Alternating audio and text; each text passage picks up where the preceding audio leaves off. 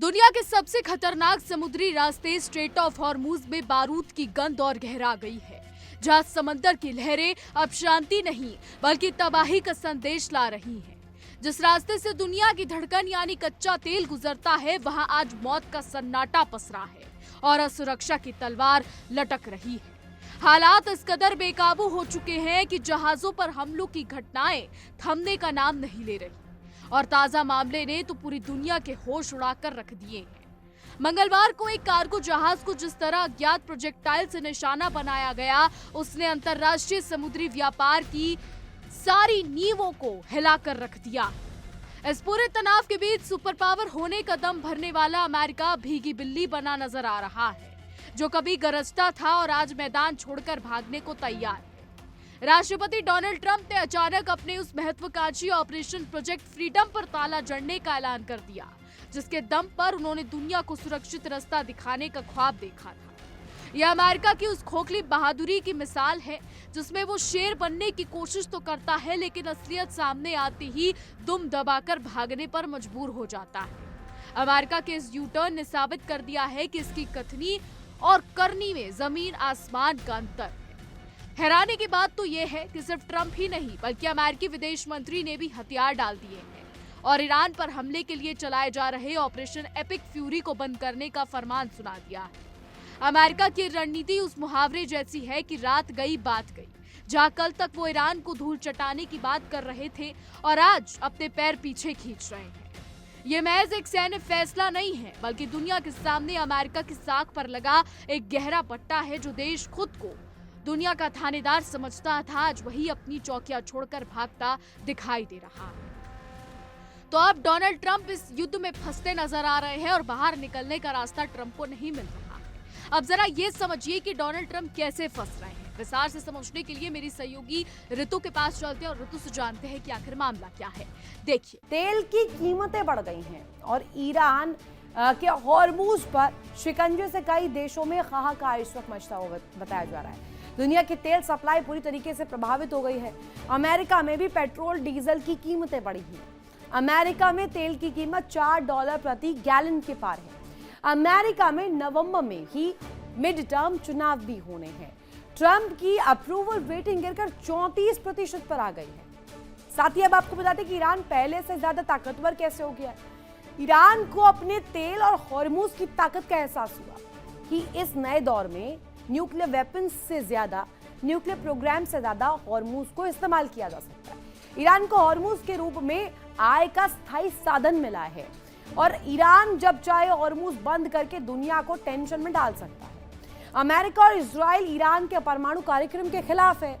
Iran के शांतिपूर्ण कार्यों के लिए परमाणु प्रोग्राम होने की दलील अब तक हॉर्मुज पूरी तरीके से खुलवा नहीं पाई है। अमेरिकी सेना अब तक ईरान का परमाणु प्रोग्राम बंद नहीं करवा पाई है। साथ ही अब आपको बता दें कि मिडिल ईस्ट में फिर युद्ध होने वाला है क्या? ये बड़ा प्रश्न आपने भी सुना होगा। अब आखिर इसका आंकलन क्या और एक्सपर्ट्स क्या दावा करते हैं? ईरान की पूरी तरह से नौसैनिक घेराबंदी की तैयारी में इस वक्त डोनाल्ड ट्रंप है। सूत्र ये बता रहे हैं तेल निर्यात बंद करके ईरान को समझौते के लिए मजबूर करने की तैयारी है, ये मकसद है। और अमेरिकी सेंट्रल कमांड ने शॉर्ट और पावरफुल हमलों की योजना भी बना ली है। लेकिन क्या सहयोगी साथ आएंगे? सहयोगियों से रिश्ते खराब होने का असर कैसे पड़ सकता है? यूरोपीय देशों के साथ भी ट्रंप के रिश्ते बिगड़े हैं, चाहे वो ईयू हो या इसके साथ साथ नेटो के सहयोगी हो। नेटो सहयोगियों ने जंग में अपनी सेनाएं नहीं भेजी और ट्रंप की यूरोप से अपने सैनिक बुलाने की धमकी भी इस वक्त जो है सबसे बड़ी तस्वीर दिखाता है और दिखाता है कि इस वक्त डोनाल्ड ट्रंप, क्यों हम कह रहे हैं कि ट्रंप इन ट्रैप। अप्रैल 2026 में अमेरिका में महंगाई दर बढ़कर 3.3% हो गई है। बहुत शुक्रिया ऋतु आपका। तो यूके मैरीटाइम ट्रेड ऑपरेशन यानी यूकेएमटीओ ने भी इस ताजा हमले की पुष्टि कर दी है। जी हाँ, अब इससे साफ है कि हॉर्मुज की लहरों के नीचे कोई बड़ी साजिश पल रही है। जहाज को किसी अज्ञात हथियार से उड़ाने की कोशिश की गई, लेकिन चौंकाने वाली बात यह है कि हमला किसने किया, जहाज किस देश का था और उसमें कितने बेकसूर लोग सवार थे। इसका जवाब अभी तक किसी के पास नहीं। अब अमेरिका के तमाम जासूसी तामझाम और तकनीक इस हमले के आगे ढेर हो गई। यह हमला उस अमेरिका के गाल पर तमाचा है जो कहता था कि परिंदा भी उसकी इजाजत के बिना पर नहीं मार सकता।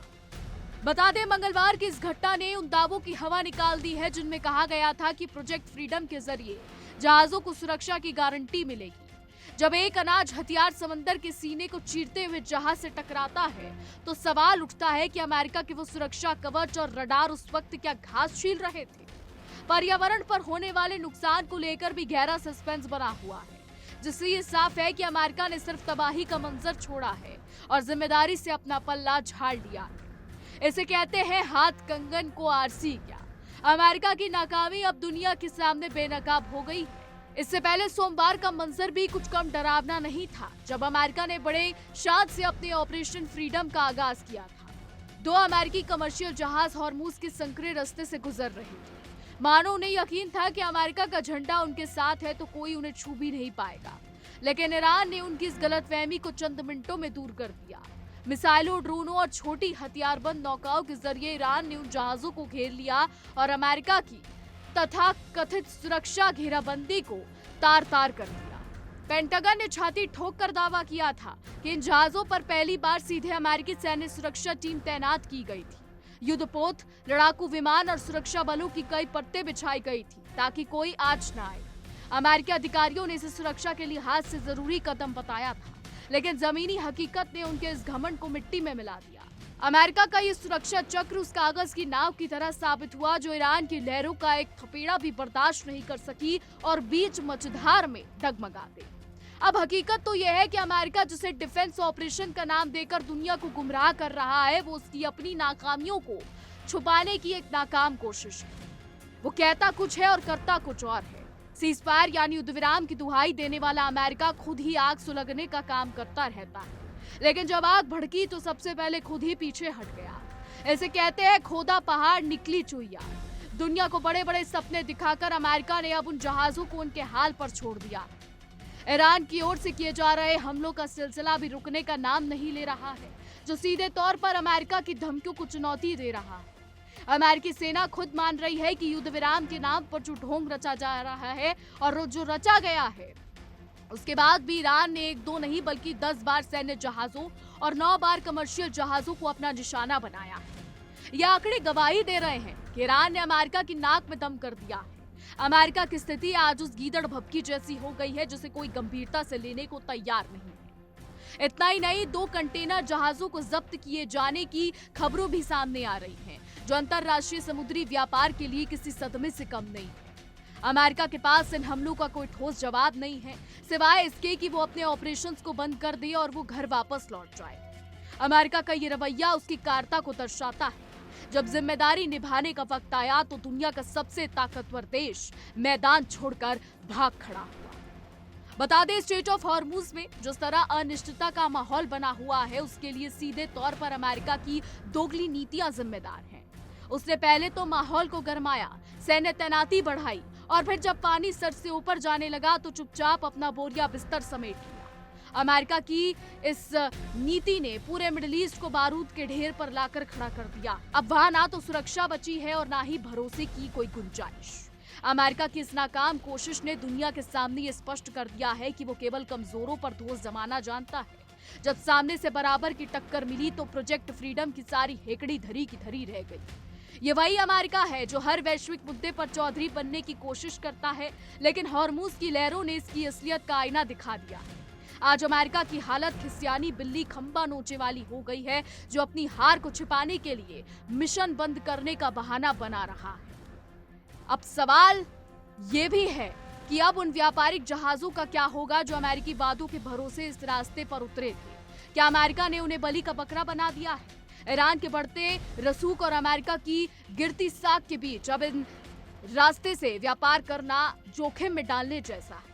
अमेरिका ने न केवल अपने सहयोगियों को धोखा दिया है, बल्कि पूरी दुनिया की अर्थव्यवस्था को खतरे में डाल दिया। उसकी ये नीति अपना काम बनता और भाड़ में जाए जनता वाली ही नजर आती। तो ईरान ने जिस तरह से ड्रोन और मिसाइलों में अमेरिकी सुरक्षा तंत्र को बेनकाब किया है, उसने ये बता दिया कि तकनीक से ज्यादा हौसले मायने रखते हैं। अमेरिका अपनी बड़ी बड़ी मशीनों और हथियारों के गुमान में था, लेकिन ईरान की छोटी नौकाओं ने उसे दिन में तारे दिखा दिए। अब अमेरिका के पास अपनी इज्जत बचाने का कोई रास्ता नहीं बचा है, इसलिए उसने रण छोड़ना बेहतर समझा। तो यह अंतर्राष्ट्रीय राजनीति के इतिहास का वो काला अध्याय है जहां एक महाशक्ति ने सरेंडर कर दिया है और दूसरी एक छोटा सा देश उसके खिलाफ लगा हुआ है। अब हॉर्मुज की जंग में अमेरिका ने यह भी साफ कर दिया है कि वो केवल अपने स्वार्थ के लिए किसी भी हद तक जा सकता है और जब उसे अपना नुकसान दिखता है तो वो अपनों को भी बीच मझधार में छोड़ देता है। एपिक फ्यूरी जैसे भारी भरकम नाम वाले ऑपरेशंस का बंद होना इस बात का सबूत है कि अमेरिका के पास ईरान की रणनीति का कोई काट नहीं है। वो केवल कागजों पर शेर है, हकीकत में उसकी ताकत अब जवाब दे रही है। अब देखना यह होगा कि इस अशांति का असर दुनिया पर कैसे पड़ता है, लेकिन अमेरिका के लिए ये सबक है कि जंग सिर्फ बातों से नहीं जीती जाती। उसने जो बोया था आज वही काट रहा है।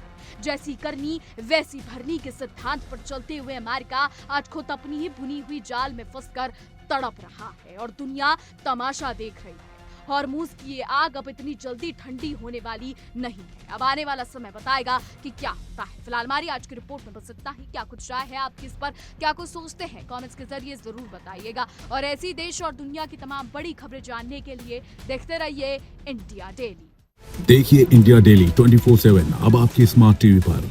इंडिया डेली मौजूद है सभी डिजिटल प्लेटफॉर्म पर लाइव और लगातार। इंडिया डेली 24/7 हर दिन राष्ट्र को समर्पित।